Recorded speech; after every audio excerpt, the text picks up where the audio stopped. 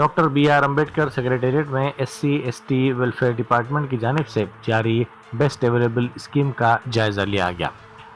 ریاستی وزیر سماجی بہبود لکشمن کمار نے یہ جائزہ لیا۔ انہوں نے کلکٹرز کے ساتھ ویڈیو کانفرنس منعقد کی۔ اس موقع پر انہوں نے کلکٹرز کو مختلف ہدایات دی۔ اس ویڈیو کانفرنس میں محکمہ تعلیمات کے اعلیٰ عہدیداروں نے بھی شرکت کی۔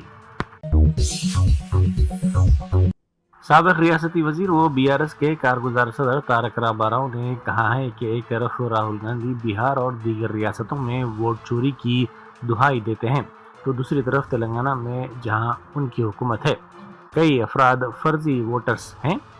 ان کے MLA امیدوار کے گھر میں ایک شخص کے پاس 3 ووٹر ID کارڈز ہیں۔ راہل گاندھی کو اس معاملے میں جواب دینا چاہیے۔ میں راہل جی سے بس ایک ہی چیز پوچھنا چاہتا ہوں، راہل گاندھی جی سے، کہ آپ جب کہتے ہو کہ بہار میں ایسا ہوا ہے، وہاں کی حکومت نے اور سینٹرل گورنمنٹ نے الیکشن کمیشن کے ذریعے یہ سب کیا ہے، جو بھی حرکتیں ہیں وہ پوائنٹ آؤٹ کر رہے تھے، کرناٹک میں یہ کیا، مہاراشٹر میں وہ کیا، بہار میں یہ کر رہے ہیں، تو تلنگانہ میں آپ کی سرکار ہے اور یہاں پہ تو بوتھ لیول آفیسر سارے گورنمنٹ کے امپلائی ہیں، اور آپ کی گورنمنٹ یہاں پہ پوری طرح سے آپ کے leader fake voter ID card distribute کر رہے ہیں، اور وہی فیک ووٹر ان کے گھر میں 3 ووٹ رہتے ہیں، ایک آدمی کا، آپ کے کینڈیڈیٹ کے جو آپ کے امیدوار ہیں ان کے بھائی کا 3 ووٹ رہتا ہے۔ اس کا جواب کیا راہل گاندھی نہیں دیں گے؟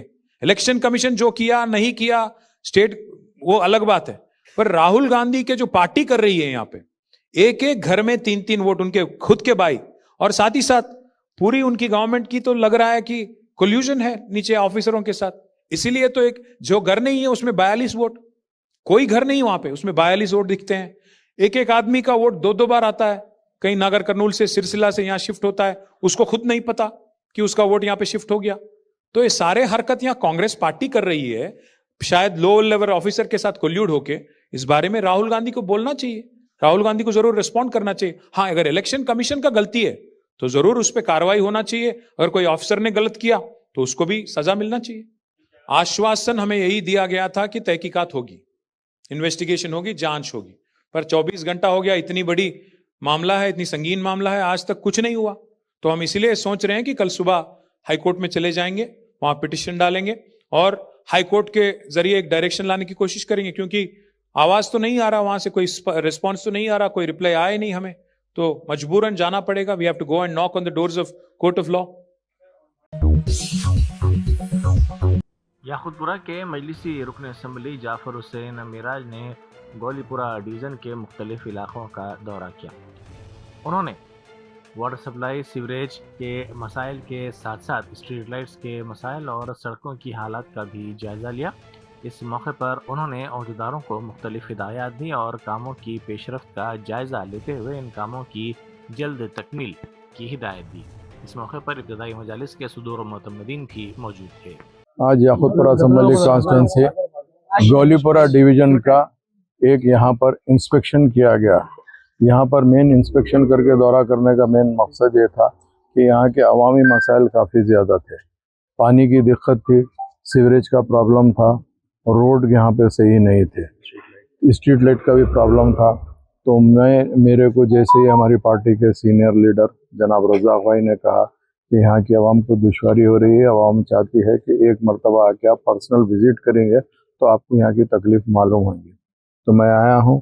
میں ان کو یہ ایشورنس دینا چاہتا ہوں جو کام ہے ابھی، جیسا اگر پانی کا پرابلم ہے یا پولوشن ہے، وہ امیڈیٹ ریکٹیفائی کروایا جائے گا۔ اس کے علاوہ جتنے کام کے جو پرپوزلس ہے الیکشن کوڈ ہونے کے بعد میں یہاں پہ میں پریارٹی کے اندر روڈز اور سیوریج کا جو بھی مسئلہ ہے اس کو حل کروں گا۔ اسٹریٹ لائٹ تو امیڈیٹ ابھی وہاں پہ مینٹیننس کا کام ہے، اس کو بھی کروایا جائے گا۔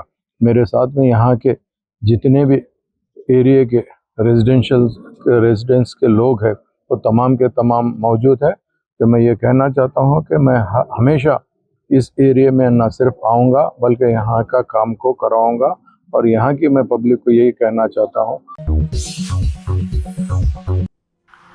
ورنگل کے صوبیداری کی کنکا درگا کالونی میں BJP کارپوریٹر وسنتا کے گھر پر پولیس نے دھاوے کیے۔